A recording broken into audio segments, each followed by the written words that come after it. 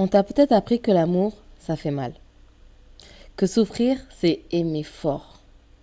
Mais si l'amour te blesse, ce n'est pas de l'amour. C'est un signal. Il y a une croyance dangereuse dans l'amour, dans ces histoires d'amour. Beaucoup de personnes restent dans des relations douloureuses parce qu'elles pensent que l'amour demande des sacrifices émotionnels constants. Mais l'amour n'est pas censé t'user. Il n'est pas censé te faire douter de ta valeur. Je sais que on le pense à partir du moment où on n'a pas rencontré une personne qui nous apporte cette paix intérieure, on se dit que l'amour, justement, fait mal. C'est pour ça que beaucoup de personnes fuient l'amour parce que ils ont cette croyance que l'amour est censé faire mal, alors que pas du tout. Et en fait, on se retrouve parfois dans des situations où on vit des relations amoureuses, on est justement dans l'attente que les choses changent, que les choses avancent, et du coup qu'on soit moins dans la douleur, on est là à trouver des prétextes, peut-être à se rassurer sur certains propos, en nous disant oui, mais c'est normal, c'est ça l'amour, non? Alors que pas du tout. L'amour, justement, c'est censé être calme, c'est censé être doux, c'est censé être apaisant, et c'est pas censé faire mal. En fait, ce qui fait mal en réalité, ce n'est pas l'amour. Ce qui vous fait mal, c'est l'insécurité. C'est le manque de respect. C'est l'indisponibilité de l'autre.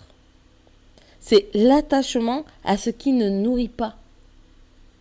L'amour sain peut être inconfortable parfois, c'est normal, parce que parfois, on en vient à devoir faire des concessions, mais pas des concessions qui nous poussent à nous perdre. Mais en tout cas, il n'est jamais destructeur. Je vais te poser une question. Ça va être une question qui est censée justement amener un déclic chez toi. Est-ce que cette relation me rend plus vivante ou plus anxieuse? C'est vrai que c'est une question qui est intéressante parce que ça amène à nous demander qu'est-ce qu'on est en train de vivre. Est-ce que cette relation, elle me pousse à devenir une meilleure personne? Est-ce qu'elle me pousse vers justement la vie que je mérite d'avoir, la vie que j'ai rêvée pour moi-même? Et si ce n'est pas le cas, alors ça veut dire que cette relation, elle vous angoisse, vous êtes anxieuse, vous êtes peut-être même amené parfois à douter de l'autre, à vous dire il y a quelque chose qui ne va pas et à aller chercher justement cette petite bête. Et vous voyez, c'est vrai que à l'heure actuelle, aujourd'hui, je la comprends et j'aurais aimé le comprendre plus tôt parce que je faisais partie de ces personnes qui pensaient que l'amour était censé faire mal. Et que quand justement on s'aimait fort, c'était normal d'avoir mal. Parce que j'aimais tellement que je me disais c'est normal. Alors que quand j'ai rencontré une personne qui m'amène justement cette tranquillité émotionnelle, cette tranquillité mentale, j'ai su que l'amour ne faisait pas mal. J'ai su que l'amour ne pouvait pas faire mal. Et à partir de ce moment-là, j'ai trouvé la paix. J'ai trouvé que je pouvais être moi-même, que j'étais vivante et non anxieuse. Parce que quand justement tu es dans un schéma de non-tranquillité mentale, tu te poses 10 000 questions. Tu te dis, alors pourquoi il m'a pas répondu? Pourquoi il m'a fait ci? Pourquoi il m'a fait ça? Alors qu'en fait, quand tu es dans une relation saine, tu n'as pas à te poser toutes ces questions. Déjà, tu sais où il est. Et c'est pas parce que tu lui as demandé, parce qu'il te l'a dit.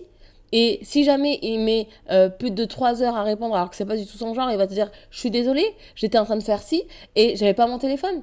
Et c'est vrai que en fait, avoir les réponses sans les demander ou sans les chercher ou même sans abuser de manipulation ou quoi ou qu'est-ce, ça nous enlève justement cette angoisse, ça nous enlève justement cette anxiété.